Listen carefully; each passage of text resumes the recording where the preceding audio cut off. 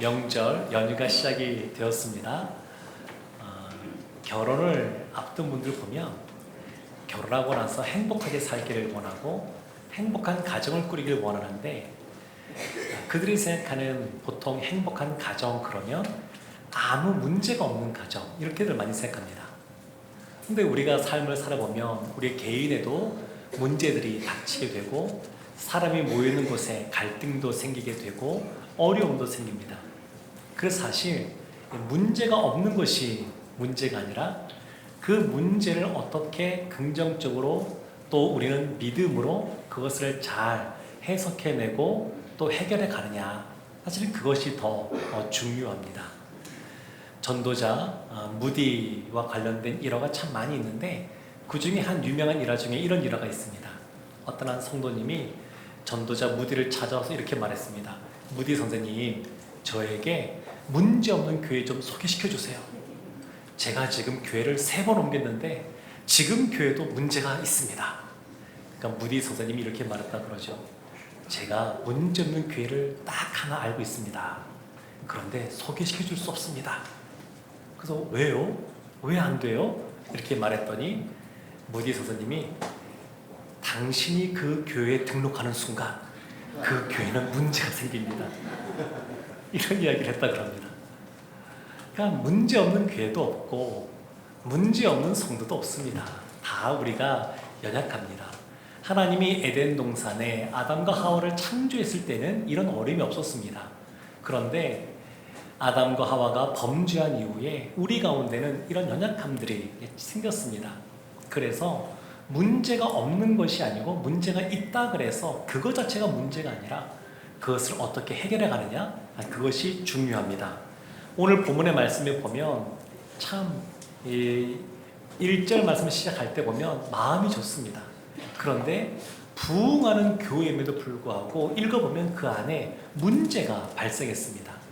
아이러니하죠. 성령 충만하고 말씀대로 살아가서 그 교회가 크게 부흥하는데 그래도 그 안에 문제가 생겼습니다. 우리 1절 말씀 함께 합독하도록 하겠습니다.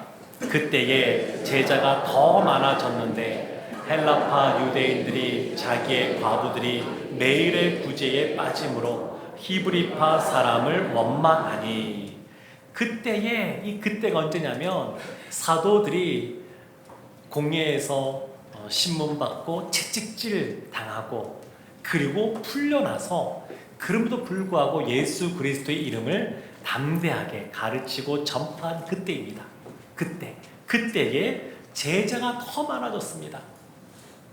사도행전에서 사도들을 통해서 복음을 듣고 또 가르침을 받던 사람들을 제자라고 표현하기 시작한 것이 여기가 처음입니다.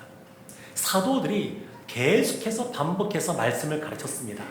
누구에게 배운 말씀이냐면 예수님에게 배운 말씀입니다. 예수님에게 사도들이 배웠고 그것을 계속해서 가르쳤습니다. 초대 예루살렘 공동체는 성령 충만한 공동체였고 모이기를 힘썼던 교회였고 그리고 모일 때마다 말씀을 나눴던 교회였는데, 이 말씀을 계속 듣고 배우다 보니까 이제 제자들이 생긴 겁니다. 그냥 예수 믿는 한 사람이 아니고 여기에서는 굳이 표현을 제자라고 했어요. 제자가 더 많아졌습니다. 아주 멋진 사람들이 된 거죠. 더 성숙해지고 예수님을 닮아가는 사람이 많아진 겁니다. 그런데 이때 그 안에 구제와 관련된 문제가 생겼습니다. 예수님이 씨 뿌리는 비유를 하시면서 길가, 돌밭, 그리고 가시덤불밭, 그리고 좋은 밭, 이렇게 구분해서 말씀하십니다. 이 돌밭은 어떤 밭이냐면 외부에 박해가 있어서, 핍박이 있어서 외부의 문제 때문에 신앙이 성장하지 못하는 그러한 상태를 말하고, 그리고 가시덤불밭은 내면의 내부의 문제, 자신 안에 있는 그러한 욕심과 또 재리의 유혹과 기타 등등 내부의 문제로 결실을 맺지 못하는 상태라고 말합니다. 어떤 게 더 심각하고 중요한 문제일까요? 사실 외부의 문제가 아니라 내부의 문제가 더 심각합니다. 초대 예루살렘 교회도 그렇습니다. 반복해서 사도들이 핍박을 당하고 감옥에 갇히고 신문을 당하고 채찍질을 당하고 이런 부분이 나옵니다. 동시에 내부적인 문제도 나오는데 그것이 아나니아와 삽비라 사건을 통해서 그들 안에 척하는 신앙, 위선의 문제, 거짓의 문제가 있었습니다. 사실은 내부의 문제가 더 위협적입니다. 오늘날 한국교회도 보게 되면 우리가 신앙생활을 보게 되면 외부의 박해가 그렇게 별로 없습니다. 사람들에게 칭찬 듣지 못해서 비난당하는 그런 경우들이 있어도 신앙생활하는데 심각한 문제는 없습니다. 어디에서 문제가 주로 발생하냐면 내부의 문제에서 많이 발생합니다. 오늘 말씀에서는 그들 안에 구제와 관련된 문제 때문에 분열이 생겼습니다. 이 참 심각한 문제인데 원망과 갈등과 분열이 생긴 겁니다. 사실 이 내부적인 문제인 정결함의 문제 그리고 분열의 문제 이것이 심각하게 받아들여야 되는 이유는 왜 그러냐면 이것이 영적인 공격이기 때문에 그렇습니다. 사단은 교회가 부흥할 때 가만히 두지 않습니다. 어떻게 해서든 흔들려고 하는데 그것이 내부의 이와 같은 정결함의 문제나 갈등의 문제를 가지고 분열을 일으키고자 합니다. 근데 우리가 지금 계속 살펴보고 있지만 반복해서 나오는 게 뭐냐면 이와 같은 문제를 믿음 안에서 하나님의 기준으로 잘 이것을 극복해 나갔을 때 교회가 더 큰 부흥을 경험합니다. 이런 생각을 볼 수 있습니다. 왜 갈등이 생겼을까? 왜 갈등이 생겼을까? 지금 보면 헬라파 유대인들이 자기들의 과부들이 매일의 구제에 빠짐으로 히브리파 사람을 원망하니 이렇게 말합니다. 구약시대 때도 그렇고 이 당시도 그렇고 과부는 사회적인 약자였습니다. 누군가의 도움이 필요했습니다. 그래서 이 당시의 과부들을 구제하는데 누가 있었냐면 사람들이 예루살렘의 성전에 올 때 그냥 오지 않고 제사 지낼 그 예물을 가지고 왔습니다. 근데 그때 일부를 이 과부들을 위하여 쓰는 겁니다. 그래서 제사장들이 이 역할들을 많이 감당했었습니다. 근데 이 유대인인 이들이 예수를 믿는 사람들과 이제 상관하지 않게 되고 예수 믿는 과부들은 구제를 하지 않게 되었습니다. 그러니까 그 이전에 유대교회에서 구제받던 과부들이 있었는데 이제 그들이 예수 믿는 것 때문에 그것을 중단하니까 교회 안에 그 필요를 보고 자신의 것을 내어 팔고 그리고 그것을 가지고 와서 돕는 그러한 모습이 있었습니다. 그럼에도 불구하고 의도하지 않았지만 사람이 너무 많다 보니까 그 구제에서 빠진 헬라파 과부들이 있었습니다.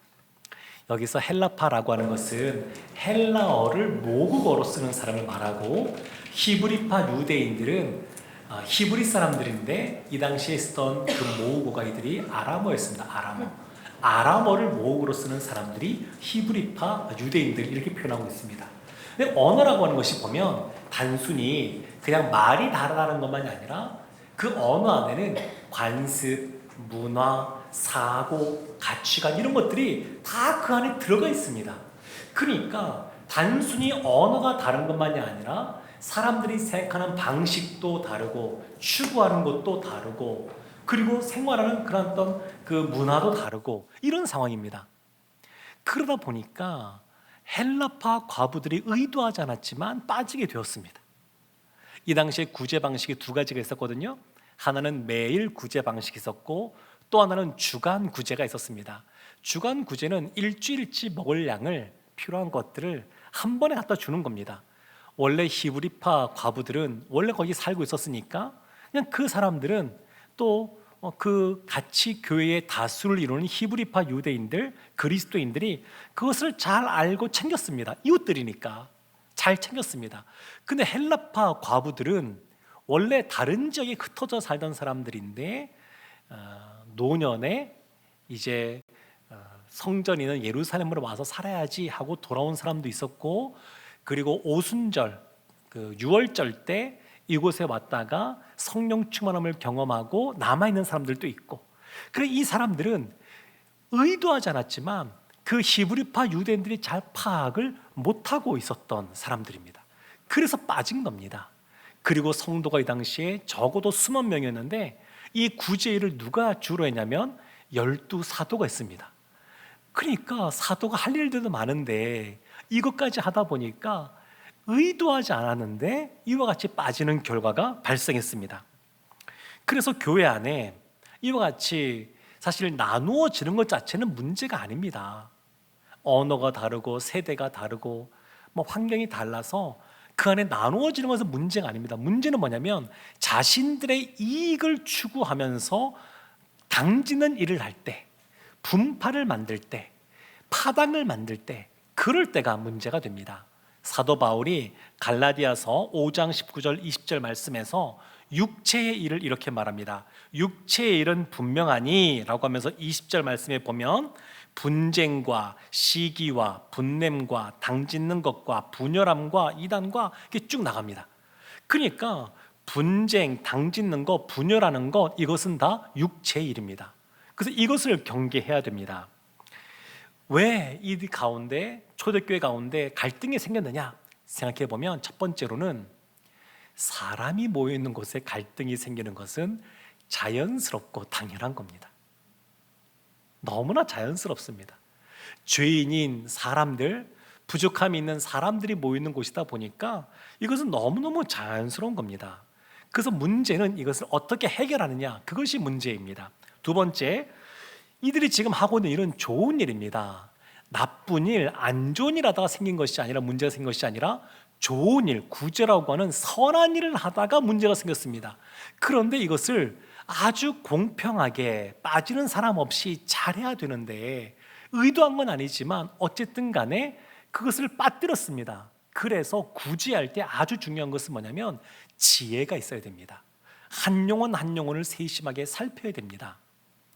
선교지 갔을 때 그 선교지에 있는 아이들이나 또 어려운 형편의 분들을 돕기 위해서 뭔가를 준비해 갑니다. 근데 그때 중요한 것이 있습니다. 나누어 줄 선물의 물품이 똑같아야 됩니다. 똑같은 공책, 볼펜 그래도 다른 종류면 안 됩니다. 똑같은 종류로 똑같이 나눠줘야 됩니다. 우리가 다 구제라고 하는 것은, 선물 주는 것은 다 그냥 주는 것 아니겠습니까? 그런데 받는 사람들도 그냥 받는 건데 아주 예민합니다. 수재가 난 곳에 도와주기 위해서 가면, 그러면 물 한 병 누가 더 가져가는지, 옷까지 누가 더 가져가는지, 이것 때문에 아주 신경이 날카로워집니다. 그래서 이것을 아주 공평하게, 이것을 지혜롭게 잘해야 됩니다. 근데 이와 같이 구제 일을 감당하는데 이런 지혜가 부족했던 겁니다. 사도들이 살피고자 해도 수만 명의 성도가 있으니까 사실은 살피기가 어려운 것도 현실이었습니다. 이것이 두 번째 이유였고, 세 번째는 보면 소통하지 않았기 때문입니다. 사실 헬라파 유대인들 중에서 자신들이 아는 과부들이 매일 구제에서 빠졌을 때에 그것을 사도들에게 이야기했다 그러면 문제가 그냥 어려움이 안 생기고 해결되었을 겁니다. 이렇게 마음에 원망이 생기고 갈등이 생기고 분열로 치닫지 않았을 겁니다. 그러니까 소통하지 않아서 이 원망이 증폭되고 분열로 나아가는 모습이 있었습니다. 그래서 원망이라고 하는 단어는 보게 되면 드러내놓고 말한다 이런 뜻이 아니고, 이 말의 뜻은 주로 수근수근 거리다 그런 겁니다. 그냥 말하지 않고 그들끼리 수근수근 하는 겁니다. 아니 왜 이래 교회가, 이러면서 수근수근 하는 겁니다. 그 교회가 어려워졌던 것이죠. 그럼에도 불구하고 우리에게 소망이 있는 것은 문제없는 교회는 없고 위기는 곧 기회라고 하는 겁니다. 실제로 이 위기를 잘 극복하고 더 부흥하는 모습을 보여줍니다. 도전이라고 한다 그러면 문제가 발생한 겁니다.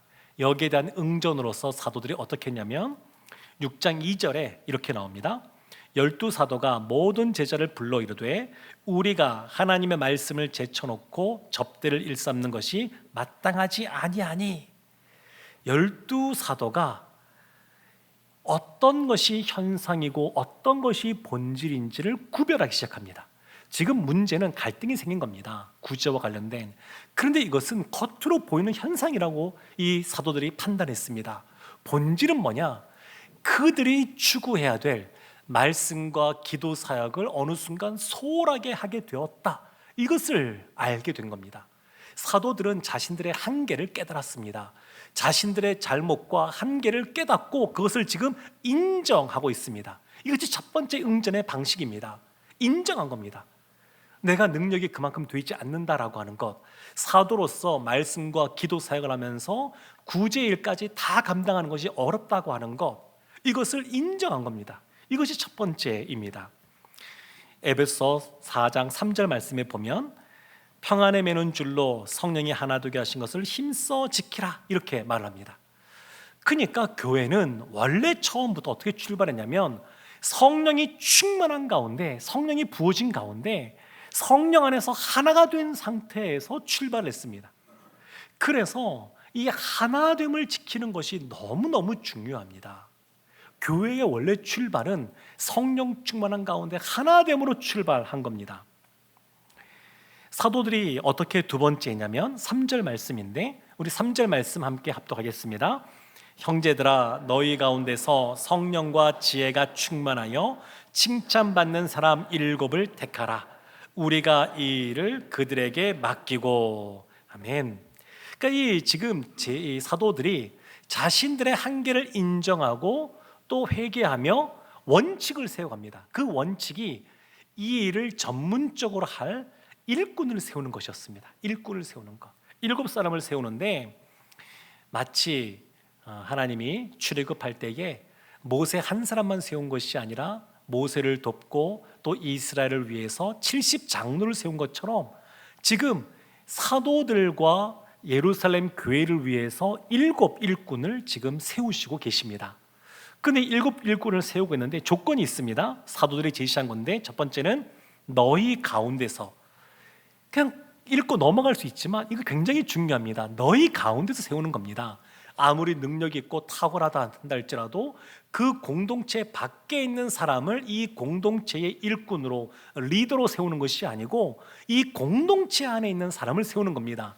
그러니까 이 너희 가운데라고 할 때 이 사람들 어떤 사람들이냐면 교회가 시작되는 것을 아는 사람들입니다. 이 교회가 성령 충만한 가운데, 하나된 가운데 세워졌다라고 하는 것, 그리고 외부에 박해가 있었지만 그것을 말씀 가운데 그것을 이겨나갔다고 하는 것, 그리고 모이기를 힘쓰고 그리고 가정에서도 떡을 떼며 하나님을 찬미하는 데 힘썼던 교회라고 하는 것, 이것을 아는 겁니다. 오늘날 우리에게 정해 본다 그러면 저희도 중직자 선거를 한 3, 4년마다 한 번씩 하지 않겠습니까? 하는데 우리도 기준을 잡을 수가 있습니다. 어떤 사람이 교회의 특별한 일꾼으로 그리고 중직이 되어야 되느냐, 너희 가운데서, 우리 가운데 있는 사람이어야 됩니다. 그러니까 교회는 초대교회 보면 성전을 중심으로 한 그런 예배뿐만 아니라 가정을 중심으로 한 모임이 균형을 이루고 있습니다. 우리 교회로 말하면 순이라고 할 수 있겠죠. 어떤 사람이 리더가 되어야 되느냐, 순 모임에 잘 참석하는 사람, 또 이 순을 부순장으로 순장으로 잘 섬기는 사람, 이런 사람이 리더가 되어야 됩니다. 어떤 사람이 리더가 되어야 되냐, 우리 가운데 있어야 되니까 우리 가운데는 봉사하는 사람, 이때는 초창기니까 아직 짜임새 있고 조직적으로 교회가 형성되지 않았습니다. 오늘날 우리 교회는 차이가 있습니다. 우리 교회는 이미 역사가 있고 조직이 잘 갖추어져 있는 그런 교회입니다. 그러다 보니까 그냥 이와 같은 직분을 주고 일을 하라 이런 것이 아니고, 자리가 사람을 만든다, 교회는 그렇게 말하지 않습니다.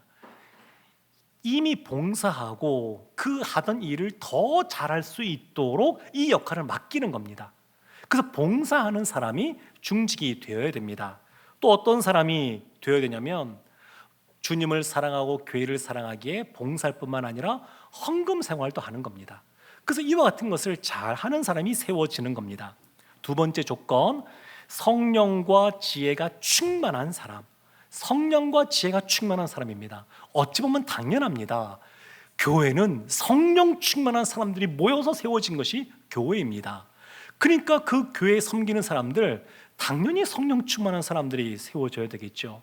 근데 지금 이 말씀을 보게 되면 지금 초대 예루살렘 교회는 다 성령이 충만합니다. 다 지금 주님을 따르는 제자로 있습니다.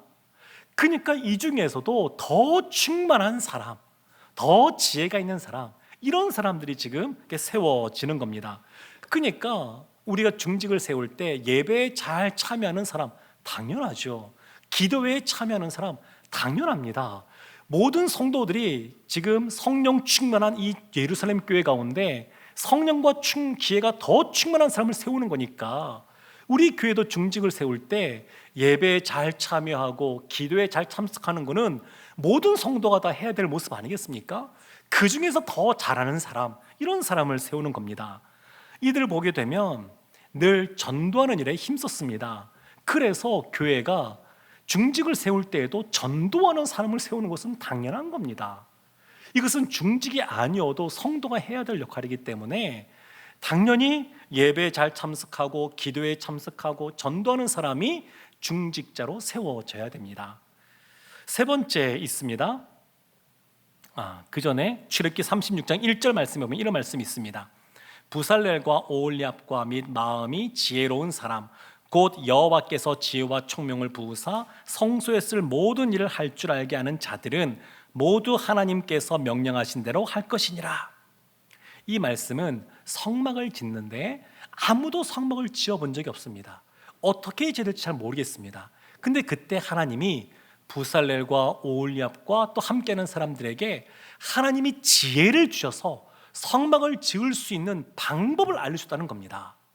그러니까 우리가 이와 같이 중직으로 이미 있든 또 하나님 나라를 위하여 또 열심히 섬길 때에 우리의 능력으로 하는 것이 아니라 성령께서 그것을 알게 해주십니다.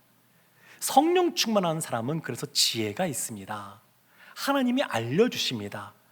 성령 충만한 사람은 하나님을 경외하는 사람이기에 그 사람에게는 지혜가 있습니다. 하나님이 그것을 감당할 능력을 주십니다.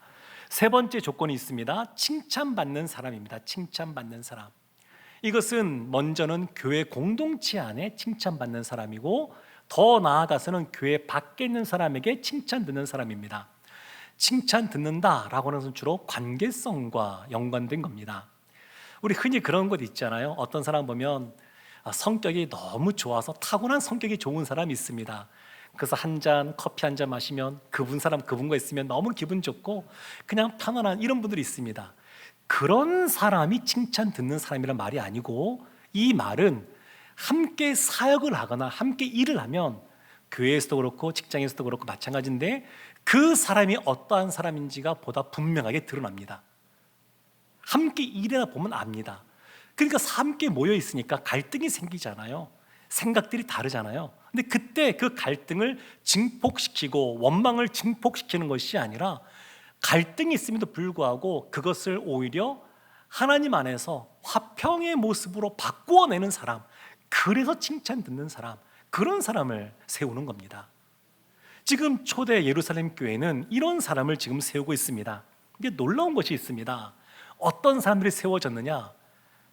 이 말씀을 찬찬히 보면 감동이 밀려오는데 5절 말씀이 이렇게 나옵니다.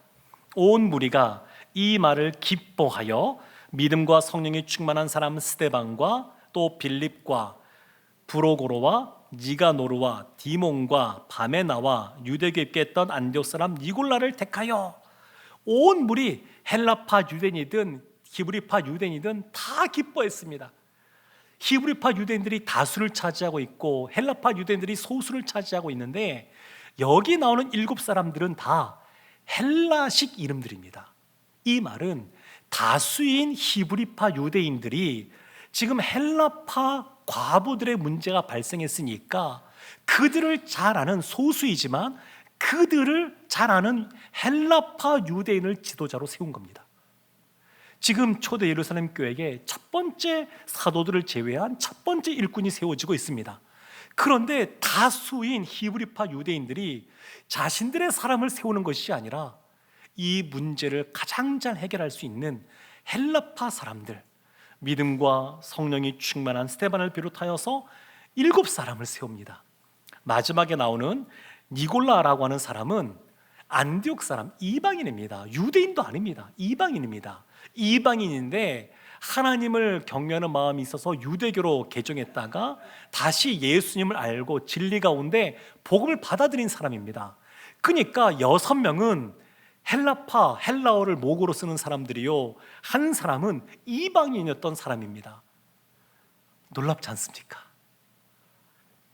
이 말씀을 보면 이 히브리파 유대인들, 이들도 너무 대단하지만 히브리파 유대인들의 그 넉넉함과 그들의 포용성과 그들의 믿음의 성숙함을 볼 수가 있습니다. 그래서 7사람이 세워졌습니다. 그리고 마지막에 6절 말씀에 보면 사도들 앞에 세우니 사도들이 기도하고 그들에게 안수하니라.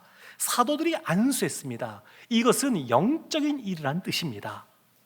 교회의 모든 일은 다 영적인 일입니다. 교회의 모든 일은 다 주님의 일입니다.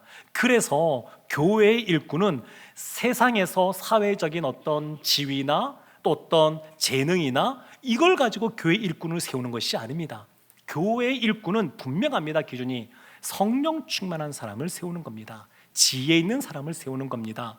그리고 칭찬받는 사람을 세우는 겁니다. 이 당시에 교회도 보면 칭찬을 받았습니다. 그 모든 성도가 다 칭찬받는 성도입니다, 이미. 그런데 그 중에서도 더 칭찬받는 사람, 그런 사람들이 세워진 겁니다. 우리 교회도 보면 참 이 무더위에 밖에서 주차 봉사하시는 분들이 계십니다. 주차 봉사는 주차를 잘하는 분이 섬기는 걸까요? 성령 충만한 사람이 섬겨야 되는 걸까요? 성령 충만한 사람이 세워야 됩니다. 우리 주방에서도 참 이 무더위에 그 뜨거운 불 앞에서 또 섬기는 주방 봉사하시는 분들이 계십니다. 주방 봉사는 요리를 잘하는 분이 해야 될까요? 성령 충만한 사람이 해야 될까요? 성령 충만한 사람이 해야 됩니다. 근데 감사하게도 우리 교회는 주차 봉사하시는 분들도 주차도 잘하고 또 요리 주방에서 봉사하는 분도 요리도 잘하고 또 성령 충만한 분들이시고 너무너무 감사합니다. 근데 항상 기준이 성령 충만함입니다. 능력은 하나님이 주십니다. 지금 성막을 짓는데 그 능력과 지혜를 하나님이 주시는 것처럼 하나님께서 감당할 능력을 주십니다. 이미 일꾼으로 세워지시고 또 중직이 아니어도 각 영역에서 교사로서 순장으로서 여러 가지 또 부원으로서 위원으로 섬기시는 분들이 많이 계시는데 하나님께서 감당할 능력을 주실 줄로 믿습니다. 이 초대 예루살렘 교회에 응전하는 모습 세 번째는 뭐냐면 본질에 집중하는 겁니다. 4절 말씀이 이렇게 나옵니다. 우리는 사도들이죠, 오로지 기도하는 일과 말씀 사역에 힘쓰리라, 이렇게 말합니다. 지금 사도들이 응전하는 방식을 보면 첫 번째, 자신들의 한계를 인정했습니다. 두 번째, 이것을 전문적으로 감당할 일꾼들을 세웠습니다. 세 번째, 본인들은 본질에 집중하고 있습니다. 구제라고 하는 것은 어떤 것이냐면 우리가 하나님께 은혜를 받았는데, 구원의 은혜를 받았는데 값없이 거저받았습니다. 우리가 거저받은 은혜를 인정하면서 그것을 증거하는 것이 구제라고 하는 활동이라고 할 수 있습니다. 구제는 우리가 거저주는 것 아니겠습니까? 이거는 우리가 거저받았기 때문에 거저주는 겁니다. 그런데 이 구제라고 하는 것은 어떤 면에서는 아주 교회에 있어서 신앙생활에서 아주 본질적인 모습을 보여주는 것, 그런 면이 있는 것 하면서도 동시에 어떤 면에서는 선행의 한 부분이다, 이렇게 볼 수도 있습니다. 이것은 우리의 인생 전체를 구제가 다 담고 있는 것은 아닙니다. 그런데 지금 사도들이 집중하는 말씀은 다릅니다. 말씀을 맡았다라고 하는 것은 그 사람의 인생 전체가 그 신앙으로 그것을 드러내는 것이라고 할 수 있습니다. 여러분들이 이 자리에서 말씀을 듣고 계시는데 메신저인 저를 보고 있지만 그냥 처음 만나는 사이면 잘 모르니까 그냥 있는 그대로 받아들이지만 이제 수년의 세월을 저와 함께 보내지 않았습니까? 그러면 여러분들은 제가 전하는 이 메시지를 들을 때, 말씀을 들을 때 이 말씀의 내용만 듣는 것이 아닙니다. 메시지만 듣는 것이 아닙니다. 메신저인 저를 보고 같이 듣습니다. 설교자는 단순히 말씀만 전하는 사람이 아니고 이 말씀대로 신앙생활에 가는 삶을 살아가는 것이기 때문에 이것을 드러내는 것입니다. 그래서 사도들이 이것에 지금 자신들의 모든 것을 걸고 있는 겁니다. 기도하는 일과 말씀 나누는 이 사역, 이것은 어떤 면에서 더 본질적인 사역이기에 여기에 지금 집중하고 있습니다. 그랬더니 그 결과가 어떻게 나오냐면 참 이 저자인 누가가 의도적으로 지금 쓰고 있는 것이 있는데 1절 말씀 먼저 한번 보실까요? 1절에 보면 이렇게 나옵니다. 그때에 제자가 더 많아졌는데, 제자가 더 많아졌습니다. 7절 말씀 보시면 의도적으로 이렇게 씁니다. 하나님의 말씀이 점점 왕성하여 예루살렘에 있는 제자의 수가 더 심히 많아지고 허다한 제사장의 무리도 이도에 복종하니라. 그 전에도 제자의 수가 더 많아졌습니다. 부흥하고 있습니다. 그런데 교회 안에 이 구제와 관련된 갈등, 원망, 분열, 이것을 믿음 안에서 하나님의 뜻 가운데 극복해내니까 제자의 수가 더 심이란 단어가 들어갔습니다. 심이 많아졌습니다. 그전에도 수만 명인데 그거보다 더 심이 많아졌습니다. 뿐만 아니라 이 사도들을 박해하고 핍박하고 채찍질 때렸던 제사장들이 허다한 제사장, 또 허다한 제사장, 그들이 예수님께로 돌아오는 역사가 나타났습니다. 우리 가운데 위기들이 있습니다. 어려운 문제들이 닥칠 때도 있습니다. 근데 문제가 있다는 것이 문제가 아닙니다. 그것을 주님 안에서 잘 극복해내고 이겨내면 더 놀라운 부흥이 우리 가운데 찾아옵니다. 그래서 우리 가운데 갈등이 생길 때, 문제가 생길 때 어떠한 태도를 가져야 되냐면 회피가 아니라 그 문제를 해결하고자 하는 그러한 굳센 마음이 필요합니다. 교회 안에 완벽한 교회가 없습니다. 주님이 오시는 그날 이 땅 가운데 완벽한 천상의 교회가 이루어질 겁니다. 그 전까지는 교회 안에 문제는 늘 있습니다. 근데 그 문제가 있을 때 그것을 피하지 않고 그것을 해결하고자 하는 마음이 있어야 됩니다. 더 많은 에너지가 들어가고 더 많은 어려움들이 있습니다. 그래도 그것을 극복해내면 더 큰 부흥이 찾아옵니다. 지금 이 교회 보면 하나 또 놀라운 특징이 하나 있는데, 사도들이 구제를 하지만 실제로 그 히브리파 과부들 일일이 다 찾아가기는 어려웠을 겁니다. 누군가는 그를 도와주는 사람들이 있었을 겁니다, 이미. 그런데 이 헬라파 과부들이 매일 구제에서 빠진 것에 대해서 사도들이 자신의 잘못을 인정하긴 했지만 그러나 구체적으로 누구에게 책임이 있는지 따져 묻지를 않습니다. 이게 성경이 전체에서 말하고 있는 건데, 아주 심각한 문제, 이단의 문제라든지 이런 것들은 하나님께서 그냥 메스로 살을 도려내듯이 바로 수술을 합니다. 교회도 그런 것이 필요합니다. 그런데 대부분의 교회에 발생하는 문제들은 그렇게 문제를 해결하지 않습니다. 문제가 발생했습니다. 갈등이 생겼습니다. 그것을 풀기 위해서 그 갈등과 문제에 집중하지 않습니다. 어떻게 해결하냐면, 아이들이 성장하면, 사람이 성숙해지면 그 이전의 어려운 문제가 더 이상 어려운 문제가 되지 않는 것처럼 은혜 코드로 이것을 바라보고 우리가 더 성숙해지는 방향으로 교회는 방향을 잡습니다. 방법이 다릅니다. 세상의 방법과 다릅니다. 교회에 어려움들이 생겼을 때에 그거 자체를 해결하기 위해 매달리기보다 본질적인 것이 뭔가, 현상과 본질을 구별했던 사도들처럼 그것을 구별하고, 그러면 우리가 어떻게 될까? 기도의 자리에 더 나갑시다. 그래서 기도 자리에 나오는 겁니다. 우리가 말씀을 더 붙잡고 주 앞에 머무릅시다. 그게 말씀을 더 듣는 겁니다. 그리고 그 안에서 하나님의 은혜를 경험하면서 나아가는 겁니다. 하나님이 우리의 선한 목자 되시고 우리를 가장 선한 길로 인도할 것을 믿고 나아가면 어느 순간 그 문제는 더 이상 문제가 되지 않습니다. 사랑하는 성도 여러분, 초대 예루살렘 교회가 그랬던 것처럼 우리에게도 도전이 닥쳐옵니다. 이때 우리가 믿음으로 응전하여서 우리의 개인의 삶에도 부흥의 역사가, 우리의 가정에도 우리 교회에도 부흥의 은혜가 흘러넘치기를 주님의 이름으로 축원합니다. 아멘.